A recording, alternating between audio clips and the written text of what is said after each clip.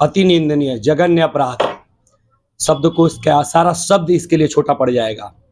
ये भारत की आत्मा पर चोट है। ये सैलानियों पर चोट, सैलानियों की हत्या नहीं की गई है, बल्कि ये भारत सरकार को ये चैलेंज किया गया है पाकिस्तान पोषित आतंकवादियों के द्वारा। अरे ये हो क्या रहा है? कभी पुलवामा, कभी मुर्शिदाबाद, कभी पहलगाम। ये भारत की सरकार कहीं ना कहीं डिप्लोमेसी, कहीं ना कहीं राजनीति समीकरण बनाने के चक्कर में या वैश्विक पटल पर अपनी एक छवि बनाने के लिए उन आतंकवादियों के खिलाफ कड़े एक्शन नहीं ले रही है, जब जो कांग्रेस के सरकार में उस पर तंज कसा जाता था। मुझे ये बेबाकी से बोलने में थोड़ी भी कोई गुरेज नहीं है कि भारत सरकार को अब पाकिस्तान की भूमि पर घुस करके अब सर्जिकल नहीं बल्कि महासर्जिकल स्ट्राइक की जरूरत है, तब जाकर के भारत से आतंकवाद का समूल नाश होगा। लेकिन मोदी सरकार का दावा है कि पाकिस्तान के खिलाफ लगातार एक्शन लिया जा रहा है, सिंधु जल समझौता को भी रद्द किया गया है। बिल्कुल, अभी मैंने भी देखा, कल भारत सरकार के द्वारा ये निर्णय लिया गया।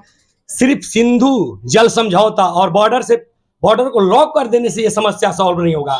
यदि वाकई में आप चाहते हैं कि आतंकवाद को समूल नष्ट करना, तो आपको अमेरिका के पद चिन्हों पर चलते हुए आतंकवाद का जड़ मूल से सफाया करना होगा। नो इफ नो बट, फैसला इन द स्पॉट।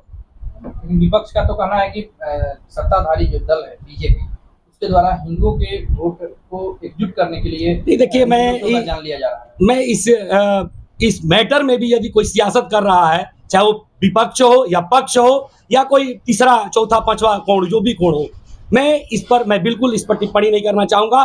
साथ ही ये भी कहना चाहूंगा कि कम से कम मौतों पर तो रोटी मत सेको यार।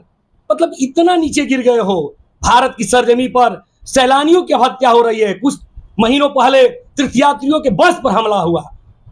इसलिए सब पूरे भारत को एक यूनाइट होकर के, एक मुट्ठी बनकर, एक ताकत बनकर के प्रतिकार करना होगा और भारत को, पाकिस्तान को नेस्तनाबूद करना होगा, तब जाकर आतंकवाद का खात्मा होगा। सरकार से क्या अपील है? सरकार से यही अपील है कि बृहद सोच के साथ, राजनीति से परे, कूटनीति से परे, डिप्लोमेसी से परे, एक्शन एक्शन एक्शन, सिर्फ एक्शन, यही भारत सरकार से मेरी अपेक्षा है। क्या आपका?